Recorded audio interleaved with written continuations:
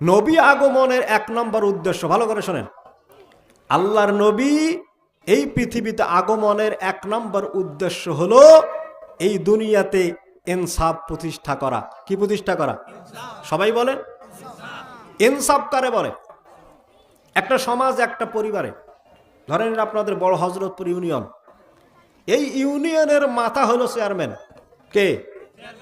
Chairman যদি ইনসাফটা ঠিক না করে, ভিজিএফ এর কার্ড আসে যদি 100টা, চেয়ারম্যানে যদি নিয়ে নেয় 99টা, ওকে ইনসাফ করলো? বলেন। একটা পরিবারে যদি 5টা সদস্য থাকে, ধরেন আমার সম্মানিত সভাপতি সাহেব, তার একটা মাত্রই ছেলে, এখন ইনি যদি চিন্তা করে যে আমার একটাই ছেলে, সম্পদের মালিক সে তাকে কিচ্ছু দিবে না, না দিয়ে মসজিদে সব কিছু ওয়াকফ করে দিল তার হুকুম ছাড়া, সে কি ইনসাফ করলো? তো এরকম করে ইনসাফ যদি একটা পরিবারে না থাকে, একটা সমাজে না থাকে, রাষ্ট্রে না থাকে, কোথাও যদি ইনসাফ না থাকে, আল্লাহ পাক বলেন নবী আগমনের 1 নম্বর উদ্দেশ্য হলো যেই জায়গায় ইনসাফ নাই, আল্লাহর নবী দুনিয়াতে আগমন হওয়ার উদ্দেশ্যই হলো সেই জায়গায় নবী আগে ইনসাফটা কায়েম করেছেন। সুবহানাল্লাহ। পৃথিবীতে হাদিস আমরা অনেকে পড়ি, নবীর জীবনী আপনি কি পড়ে এখন কিছু দেখেছেন যে আল্লাহর নবী বেইনসাফি কোনো কিছু করেছেন? এরকম কোন হাদিস? তার মানে নবী পৃথিবীতে আসছেন ইনসাফ প্রতিষ্ঠার জন্য। কি প্রতিষ্ঠার জন্য? ইনসাফ প্রতিষ্ঠার জন্য।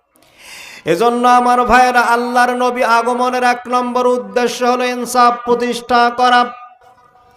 আমার পরিবার, সমাজ, রাষ্ট্রের দিকে একটু তাকিয়ে দেখেন মুসলমানেরা, আমার দেশে ইনসাফ প্রতিষ্ঠা নাই বিধায় আজকে যারা কম্বল পাওয়ার যোগ্য তারা আজকে কম্বল পায় না, যারা আজকে ভিজিএফ কার্ড পাওয়ার যোগ্য তারা কিন্তু ভিজিএফ কার্ড পাচ্ছে না। এই সমাজের মধ্যে ক্ষমতা যার বেশি সেই কিন্তু টাকা দিয়ে কার্ড নিচ্ছে, তার মানে ইনসাফটা কিন্তু নষ্ট হয়ে গেল।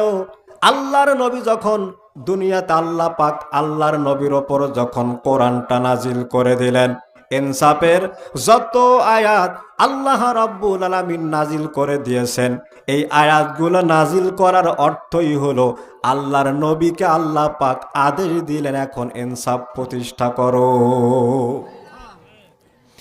এজন্য আমার ভাইয়েরা, কোরআনুল কারীম মানুষদেরকে জানায় দিয়েছে ইনসাফ প্রতিষ্ঠা করতে গিয়ে, ইনসাফ কায়েম করতে গিয়া মাখজুমি গোত্রের এক মহিলা যখন চুরি করেছিল, হাদিসটা প্রত্যেকটা মানুষের কিন্তু কম বেশি জানা আছে।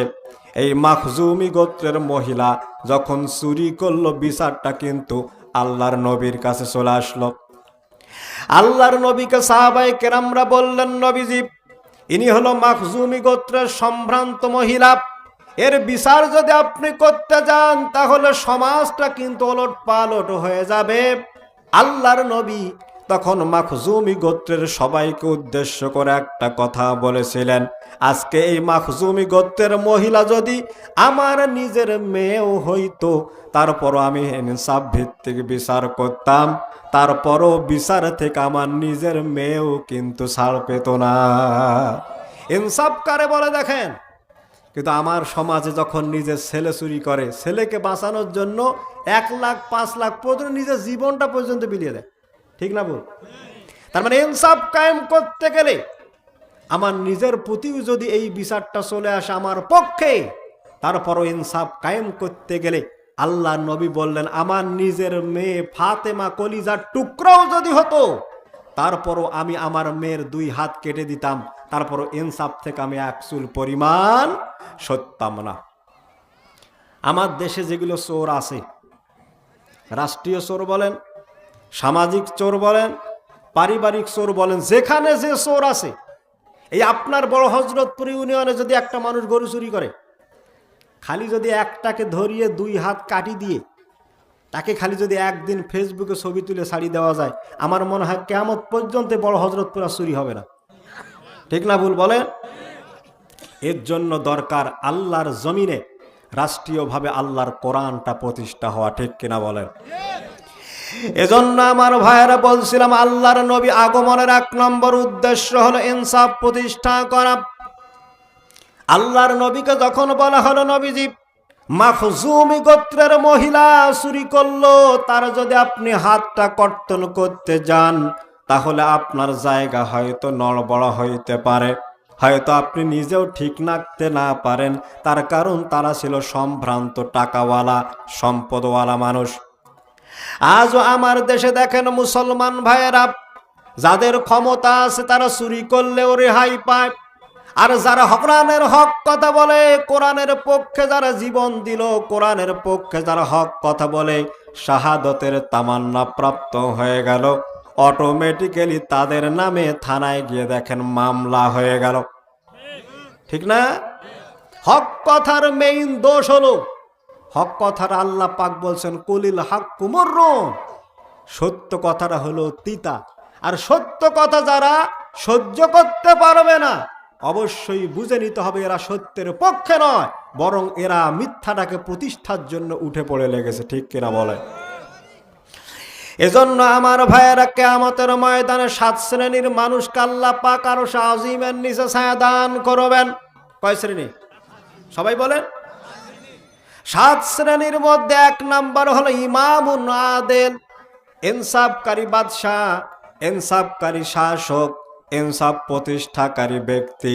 এই ব্যক্তিটা কিয়ামতের ময়দানে, যেখানে হাসরের ময়দানে মানুষের মাথার উপরে সূর্য চলে আসবে, মানুষের মাথার মগজগুলো টকবক করে পড়তে থাকবে, এমন সময় মানুষ কোনো ছায়া পাবে না। লা জিল্লা ফি জিল্লা ইল্লা জিল্লুহু, আল্লাহ রাব্বুল আলামিন আরশ আজিমের ছায়া ছাড়া কিয়ামতের ময়দানে কোনো ছায়া থাকবে না।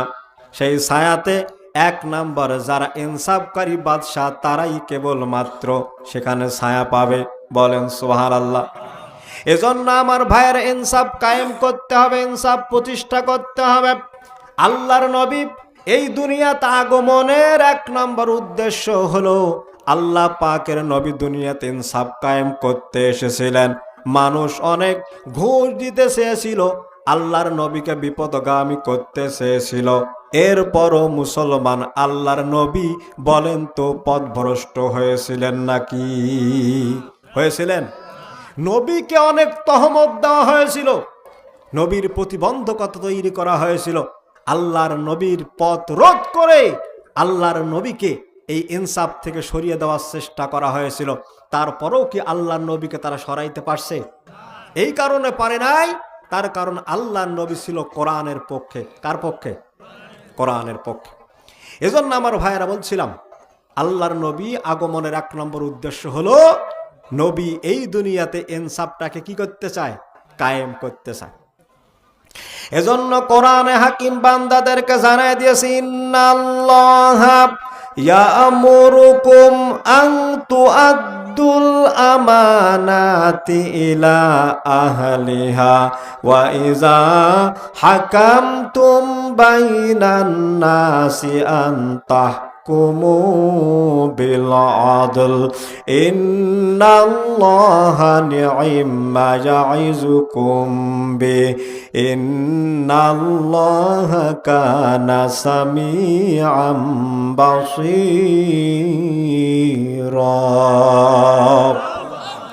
আল্লাহ পাক সূরা নেসার 15 নম্বর আয়াতে বল, ইন্নাল্লাহা ইয়া'মুরুকুম আন তুআদ্দুল আমানাতি ইলা আহলিহা। হে পৃথিবীর মানুষেরা, আমি তোমাদের কাছে একটা গচ্ছিত আমানত রেখেছি, এই আমানতটা তোমরা নষ্ট করবে না, যাত্রার হাতে অর্পণ করবে না। আমানত প্রাপ্ত হয়ে একটা মানুষ যখন ক্ষমতায় চলে যায়, ইউনিয়নের মেম্বার হয়, ইউনিয়নের চেয়ারম্যান যখন ইউনিয়নের চেয়ারম্যান হয়ে যায়, এলাকার সবার ভোট পেয়ে যখন মানুষটা ক্ষমতাবান হয়ে গেল, যখন ইউনিয়নের দায়িত্বশীল হয়ে গেল, আল্লাহ রাব্বুল আলামিন বলেন তখন তার উপর দায়িত্ব চেপে গেল বান্দা যেন ইনসাফ ভিত্তিক শাসন কায়েম করে। বলেন সুবহানাল্লাহ। কিন্তু আমার দেশের চিত্রটা কিন্তু ভিন্ন। যদি এমপি সাহেব জীবনে একবার ভোট নিতে আসে 5 বছর পর, একবার ভোটটা নেওয়া হওয়ার পরও এমপি সাহেবকে 5 বছর আর দূরবীন দিয়েও খুঁজে পাওয়া যায় না। আপনাদের